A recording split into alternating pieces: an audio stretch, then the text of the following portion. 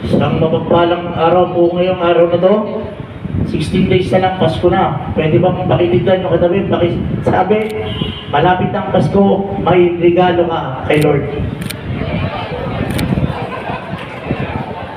At ang word for today is about tulong. Maaring may kwento ka bago ka pumasok sa araw na to. Pero hayaan mo kumilo sa iyo ang Diyos sa oras na to. Sabi po sa Salmo 46:1, ang Diyos ang lakas natin at kandungan at handang saklolo kung may kaguluhan. Minsan daw may isang pulis na mananampalataya. Ang sabi nga, ililigtas ako ng Diyos ko. Kaya lang one time, bumabagyo, ang lakas ng ulan. Yung baha sa kanilang bahay hanggang bewang na. Dumating na yung Philippine National Police. Sabi sa kanya, Mang Pedro, lumikas ka na. Sumakay ka na sa mobile. Sabi ni Mang Pedro, hindi ako aalis, ililigtas ako ng Diyos ko. Tumaas yung tubig, naging gatao na. Dumating yung Philippine Navy, dala yung kanilang boat. Sabi nila, Mang Pedro, sumakay ka na. Lumikas na tayo at mataas ng tubig. Ang sabi ni Mang Pedro, hindi ako aalis sapagkat ililigtas ako ng Diyos ko.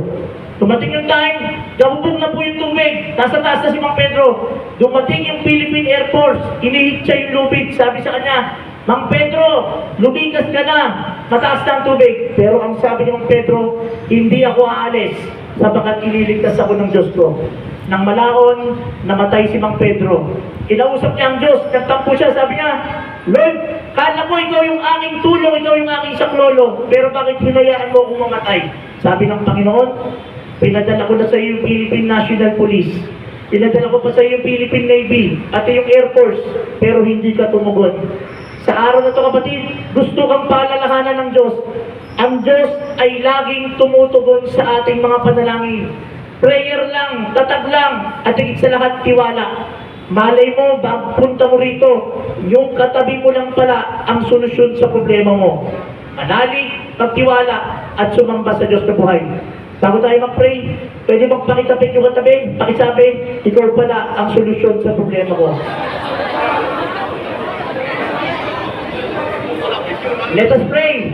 In the name of the Father, of the Son, of the Holy Spirit, Amen. Panginoon, una sa lahat, nais namin hilingin yung espiritu ng kasiyahan. Yung espiritu ng kasiyahan na nawawala sa amin. Ibalik mo ito, Panginoon, upang nang sa ganun, sa bawat paglalakad namin, pagpapatrolya, pag-imbestiga, maging masaya kami sa ginagawa namin. Panginoon, may mga problema ang bawat isang narito. Aaring sa health, maaring sa pinansyal, sa pamilya.